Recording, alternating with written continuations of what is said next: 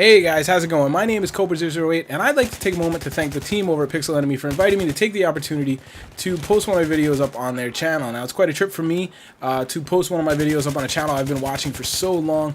I was thinking back, trying to remember, like, when did I first subscribe to Pixel Enemy, and I did remember the video. It was actually that How Not to Be a Noob video for Bad Company 2. So that was 3 or 4 years ago, probably. Quite a long time.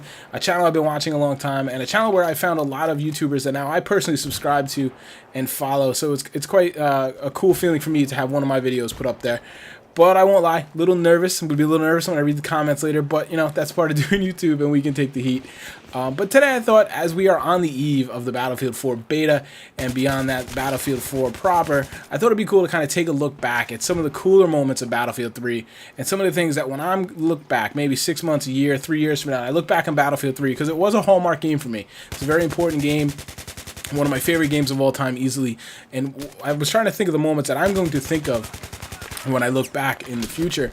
And today I wanted to talk to you about some of the good ones and some of the bad ones as well. And I like you guys that, you know, tell me in the comments what are some of the standout moments for you, because I'm sure I'm going to forget some, and I'm not going to speak about some of the personal moments. Maybe we pull out that clutch squad rush match victory with my buddies or something like that, because those are just personal moments, more kind of general in the game type moments that hopefully we're going to get new things like that in Battlefield 4. So to start it off, for me, and I think a lot of you will probably agree, the coolest thing I'll probably look back and remember, just the coolest singular moment in Battlefield 3 was that first time you're playing Rush, Donovan Peak, and you go over the edge for the first time, and just that feeling, you know, kind of get the butterflies in your stomach. And I won't lie, I still get them sometimes. You know, 2 years later, how many rounds of Rush on that map, it doesn't matter. If I'm playing a heated Rush, you know, round, and I'm not really thinking about what's coming, we just get the MCOMs, it's off to the next one, hurry, hurry, hurry. And I don't really have any forethought. Next, you know, I'm going over the edge. It's pretty cool. It's still a cool feeling, and I think it does something pretty cool for that stage. It kind of randomizes how the people approach, you know, because you can parachute down and things. Really cool moment. Just kind of a cool moment in gaming for me, not just in Battlefield 3. That it's probably going to be kind of the signature moment for me as I look back on Battlefield 3. Now, along the same lines, now with, you know, of the peak. Because we saw that in a trailer, we had a little, you know, we knew that was coming. We all look forward to experiencing that. With the tower on Caspian border, I didn't know that would happen. I didn't know that was part of the game. I had no inkling of it. And I do remember I was defending Hilltop on Conquest, obviously, looking down towards, you know, the forest there, trying to defend that objective as well, and I just looked, and off to my left, like above the tree line there, the tower just started creaking, fell down. Very cool kind of Michael Bay moment, just kind of like I could have been killed so easily because I'm just standing there watching this thing go down, not aware of my, you know, anything around me at all. Very cool moment. Now, my third moment's going to be a little bit different. For those of you who don't know me, I started Battlefield 3 on a console. I started on Xbox 360 mainly, and some PS3 as well. And then eventually I was looking for a new challenge. I had decided I wanted to do YouTube, so I focused my efforts over onto the new PC I had bought to play and produce videos on, and I became a PC gamer from there. But when I did that, obviously I had my first match of 64-man Metro Meat Grinder, and it was quite the experience. Now, you know, as you play on console and you watch PC videos and all these things, that's kind of one of the things that's very different between the two platforms, or the two, you know, branches of platforms, is the higher player count, and what shows off that higher player count probably the most is Metro, right? So not a game mode or style I still to this day particularly enjoy, but it is a fun one to just go on and horse around, and, you know, the explosives are flying, it's just crazy, it's chaotic.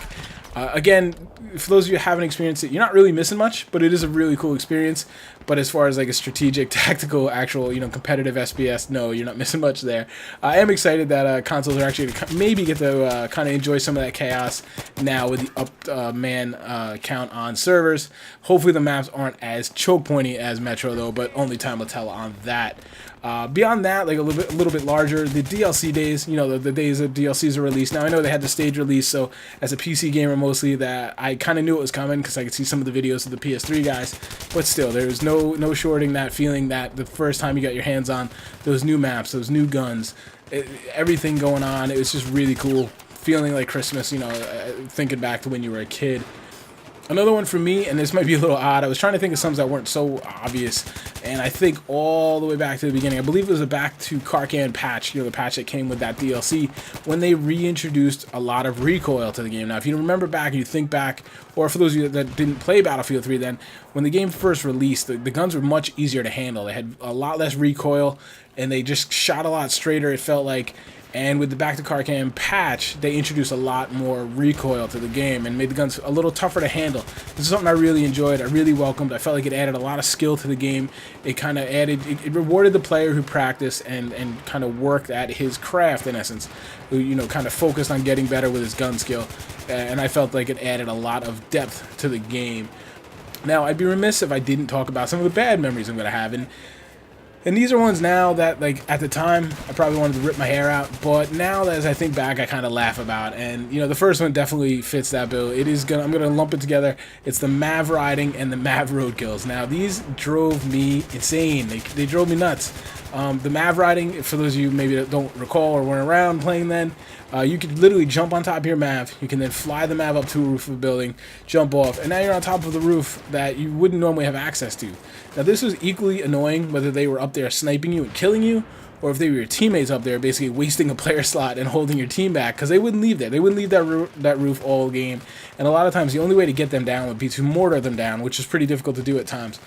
This was really kind of annoying, and if you recall, they even patched it out at one point, but they messed up that patch, and they never QA tested it to make sure you couldn't lay down on the MAV and ride up onto the roof. So even the day they patched it out, people were still doing it just in a slightly different way, which is pretty funny.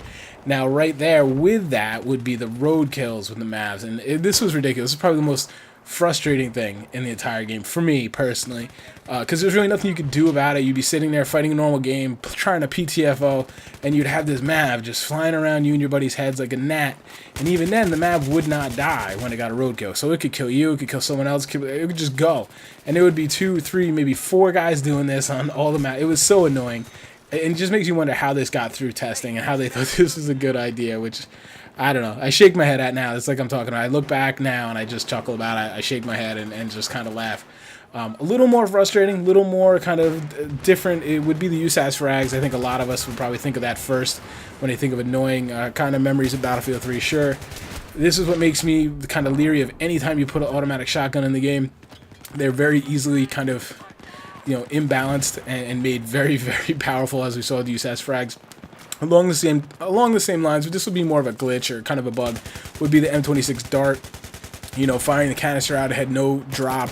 It just was like a laser. It had limitless, a range. It was one-shot kill. Pretty annoying. This one wasn't as bad in my opinion as USAS frags, because it at least took a little kind of skill, because you can only shoot 1 round and that kind of thing. It wasn't so incredibly blatant, but it still was pretty bad. And unfortunately, with both of them, it took them a long time to patch it out. So there's just some of my good memories as I look back, and some of the kind of, like I said, more frustrating and bad memories. I'd love to hear what your guys' thoughts are, some of your general in-game memories are going to be. Let's just say 6 months from now when you look back on Battlefield 3, what are the things that are coming to mind for you? These are just some that came to mind for me, and I'd love to hear what yours are as well. So guys, I hope you enjoyed the video, taking a little bit of a look back on Battlefield 3. Once again, Pixel Enemy, thank you so much for the opportunity. I really do appreciate it. And like always, guys, I hope you have a good day. I will talk to you soon. Take care.